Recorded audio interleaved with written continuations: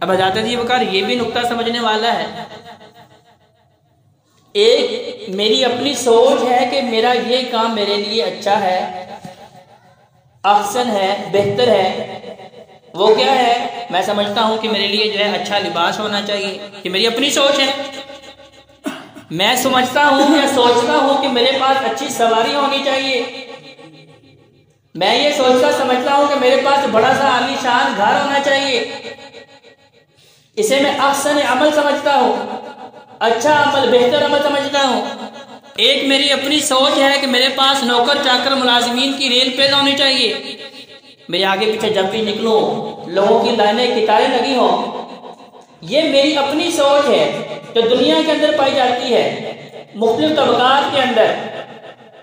لیکن حضرت جی وقار احسن عمل یہ نہیں ہے جو میں سوچ رہا ہوں، کیونکہ میری عقل تو ناقص ہے، میری عقل تو اس پرواز کو پکڑ ہی نہیں سکتی، وہاں تک جا ہی نہیں سکتی جسے اللہ تبارک و تعالیٰ نے احسن عمل کہا ہے، بہترین عمل کہا ہے۔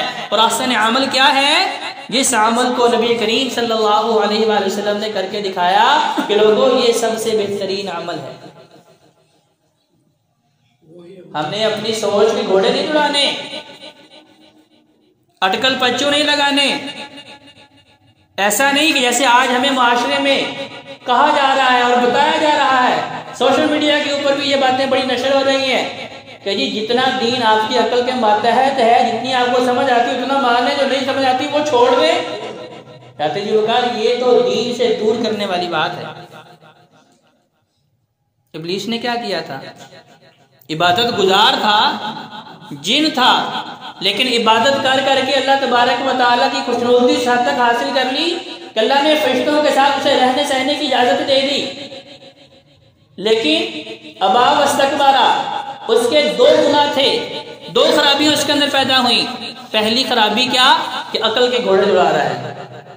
جہاں حکم الہی آ جائے، جہاں اللہ تبارک و تعالیٰ کا حکم آ جائے، جہاں قال اللہ و قال رسول آ جائے، جہاں اطیعوا اللہ و اطیعوا الرسول کا حکم آ جائے، وہاں پہ انسان یہ کہے کہ نہیں مجھے تو سمجھ نہیں آ رہی، یہ بات میری عقل و شعور میں نہیں آ رہی، مجھے اس بات کا علم ہی نہیں ہے، تو لہذا قال اللہ و قال رسول کو چھوڑ کے اپنی بات کو ترجیح دے دے، تو لہذا اس کا مطلب کیا ہے کہ انسان جو ہے اب ابلیسی رستے کے اوپر چل پڑا ہے۔ اللہ نے کہا تھا سجدہ کرو، تو شیطان نے کیا کہا؟ بھی کیوں کروں؟ لاجک پیش کی، دلیل سامنے رکھی، اپنی عقل کے گھوڑے جڑائے، کہا کہ میں اس سے بہتر ہوں، خلقتہ من طین، اللہ تو نے اسے مٹی سے پیدا کیا ہے، وخلقتنی من النار، اور اللہ تو نے مجھے آگ سے پیدا کیا ہے۔ آگ کا مزاج یہ ہے کہ جب اسے جلاتے ہیں وہ بلندی کی طرف جاتی ہے، مٹی کا مزاج یہ ہے جب اسے چھوڑتے ہیں وہ پستی کی طرف جاتی ہے، لہذا جھکنا اس کے مزاج کے اندر ہے، میرے مزاج کے اندر جھکنا نہیں ہے۔ ابا واستکبارا، ایک تو عقل کے گھوڑے دوڑائے، دوسرا اپنی عبادت اور ریاضت کے اوپر تکبر و غرور کیا۔ تو لہذا اللہ تبارک و تعالیٰ نے جتنی بھی نعمتیں دی ہیں، اللہ نے جتنی بھی آسائشیں دی ہیں، تندرستی دی ہے، ہمارے جسم کے اندر دیکھیں لاکھوں قسم کی اللہ تبارک و تعالیٰ نے انمول نعمتیں رکھنی ہیں۔ اسی صورت کے اینڈ میں اللہ نے 3 نعمتوں کا ذکر کیا ہے، قوت سماعت کا، قوت بصارت کا اور دل کا۔ کہا یہ 3 نعمتیں ایسی ہیں جو حیوانوں کے پاس بھی موجود ہیں، لیکن اب تمہارا استعمال بتائے گا کہ تم ساری مخلوقات سے بہتر بننا چاہتے ہو یا جانوروں سے بھی بدتر بننا چاہتے ہو۔ جانور بھی دیکھتے ہیں، جانور بھی سنتے ہیں، جانوروں کے سینے میں بھی دل دھڑکتا ہے، لیکن ان کے پاس سوچنے سمجھنے کی یہ صلاحیت موجود نہیں ہے۔ وہ عقل و شعور جو اللہ نے انسانیت کو عطا فرمایا ہے کہ بھئی میں دنیا میں صرف ایک خاص مقصد لے کے آیا ہوں، اور وہ مقصد کیا ہے؟ وَمَا خَلَقْتُ الْجِنَّ وَالْإِنسَ إِلَّا لِيَعْبُدُونِ، میں نے تو صرف اور صرف اللہ کی بندگی کرنی ہے، میں نے تو اللہ کو راضی کرنا ہے۔ اسی لیے اللہ نے زندگی اور موت کا سفر رکھا اور اس حقیقت کو بیان فرما دیا، لِيَبْلُوَكُمْ أَيُّكُمْ أَحْسَنُ عَمَلًا وَهُوَ الْعَزِيزُ الْغَفُورُ، اور ساتھ تھوڑی سی دھمکی بھی لگا دی، ساتھ دھمکی بھی لگا دی کہ بھئی احسن عمل وہ ہے، بہترین عمل وہ ہے، اچھا عمل وہ ہے جو پیدا کرنے والا بتا رہا ہے کہ بھئی یہ تمہارے لیے کام اچھا ہے، یہ کام تمہارے لیے کامیابی والا ہے، یہ کام تمہارے لیے عزت والا ہے، یہ کام تمہارے لیے عروج والا ہے، جو کام اللہ بتا رہا ہے۔ اور اللہ کے جو نامزدہ انبیاء و رسول ہیں جو کام وہ بتا رہے ہیں وہ بہترین عمل ہے۔ اگر مان لیتے ہیں تو پھر بتایا غفور، میں تو بڑا معاف کرنے والا ہوں، اگر اس کے اندر کوئی کمی بیشی رہ گئی ہے تو میں اپنی رحمت کے ذریعے معاف کر دوں گا۔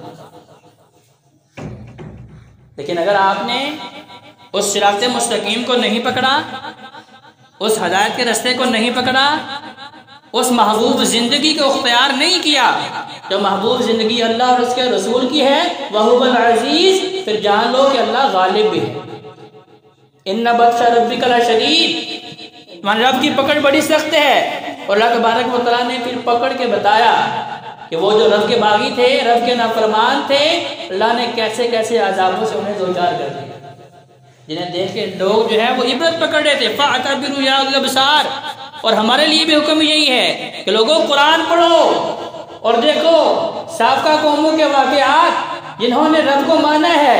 پھر رب نے کہا کہ میری جنت میں داخل ہو جاؤ، جنات تجری من تحتها الانہار، جہاں باغات ہیں، جہاں حور غلمان ہیں، جہاں تمہارے لیے محلات ہیں، تمہارے لیے آسائشیں سہولتیں ہیں۔ ما تشتہی انفسکم، حتیٰ کہ جو تمہارے دل میں خواہش پیدا ہوگی ہر چیز آنن فانن تمہارے سامنے پیش کر دی جائے گی۔ کہیں یہ فرمایا کہ رضی اللہ عنہم ورضوا عنہ، فرمایا میں ان سے راضی ہو گیا ہوں اور میں ان کو قیامت کے روز راضی کر کے چھوڑوں گا۔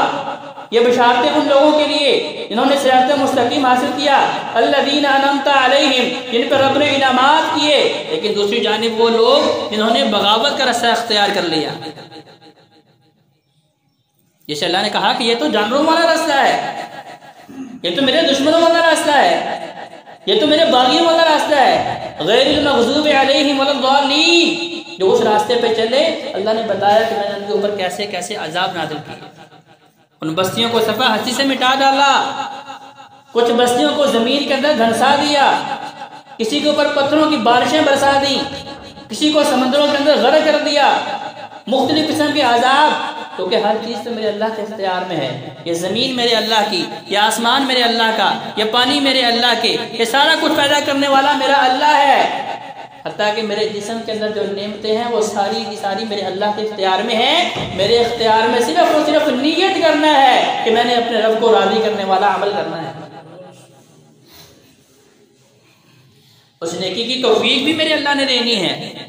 اگر میں برائیوں سے بچا ہوں، اگر میں رب کے دربار میں حاضر ہوا ہوں تو یہ میرا اپنا کمال نہیں ہے، وما توفیق الا باللہ، یہ رب کا کمال ہے کہ میرا اللہ مجھے یہاں لے کے آیا ہے۔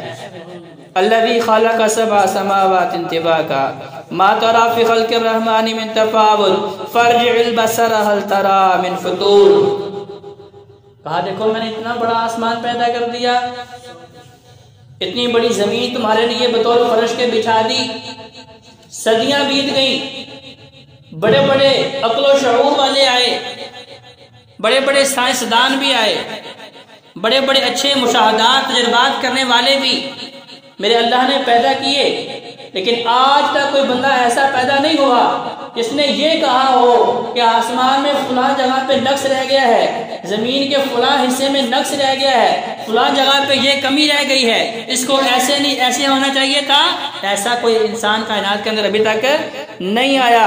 فرمایا اپنی نظریں جڑاؤ، تسلی کر لو، ثم ارجع البصر کرتین ينقلب الیک البصر خاسئا وهو حسیر، اور دوبارہ دیکھو پھر دیکھو پھر دیکھو، لیکن تمہیں کہیں بھی ہمارے نظام کے اندر کمی بیشی نظر ہے۔ وَلَقَدْ زَيَّنَّا السَّمَاءَ الدُّنْيَا بِمَصَابِيحَ وَجَعَلْنَاهَا رُجُومًا لِلشَّيَاطِينِ وَأَعْتَدْنَا لَهُمْ عَذَابَ السَّعِيرِ، کہا کہ دیکھو کتنا بڑا آسمان بغیر ستونوں کے ہم نے کھڑا کیا ہے، اور پھر اس آسمان کو ہم نے مزین کر دیا ہے، خوبصورت بنا دیا ہے، کس کے ذریعے؟ ستاروں کے ذریعے۔ اب ان ستاروں کا فائدہ کیا ہے؟ اس سے تم رہنمائی بھی پاتے ہو۔ پرانے بزرگوں سے کبھی ملاقات ہو تو پوچھیں کہ رات کو لوگ جو سفر کرتے تھے وہ کیسے کرتے تھے۔ یہ گوگل میپ تو ابھی آیا ہے جسے ہم اپنے راستوں کا تعین کرتے ہیں، یہ کہ میں نے لاہور جانا ہے تو میرے لیے کون سا راستہ جو ہے وہ بہتر ہے، کون سا راستہ میرے لیے شارٹ کٹ ہے، پرانے بزرگ جب پیدل سفر کیا کرتے تھے یا گھوڑے گدھے پہ سفر کیا کرتے تھے تو اپنے سفروں کا تعین انہی ستاروں سے کیا کرتے تھے. تو اللہ نے قرآن میں بتایا ہے کہ یہ تمہاری رہنمائی کے لیے میں نے رکھے ہیں، کیونکہ اللہ نے کوئی بھی چیز فضول پیدا نہیں کی. اور دوسرا فائدہ کہ اگر یہ ستارے نہ ہوتے، رات اتنی تاریک ہوتی، اتنی زیادہ اندھیرے والی ہوتی، تو اس کے اندر لوگوں کا سفر کرنا اور گھر سے نکلنا جو ہے وہ ناممکن ہو جاتا. تیسرا فائدہ فرمایا کہ رجوم للشیاطین، اس کے ذریعے ہم شیطانوں کو رجم بھی کرتے ہیں. آپ دیکھتے ہیں شہاب ثاقب اس موضوع پہ تفصیل سے گفتگو کر چکے ہیں. جب شیاطین آسمانوں پہ جاتے ہیں تاکہ اللہ کی کوئی بات سنیں اور آ کے اپنے نجومیوں کو بتائیں اور ان کے کاروبار پھر زیادہ چمکیں اور لوگوں کے مال اور ایمان کا وہ بیڑا غرق کریں. جب یہ شیاطین آسمانوں کی طرف جاتے ہیں، یہ ستارے جن سے اللہ نے آسمان کو مزین کیا ہے، جس سے لوگ رہنمائی پاتے ہیں. اب تیسرا فائدہ کیا ہے؟ اس سے اللہ تبارک و تعالی شیاطین کو رجم کرتے ہیں، شیاطین کو جلا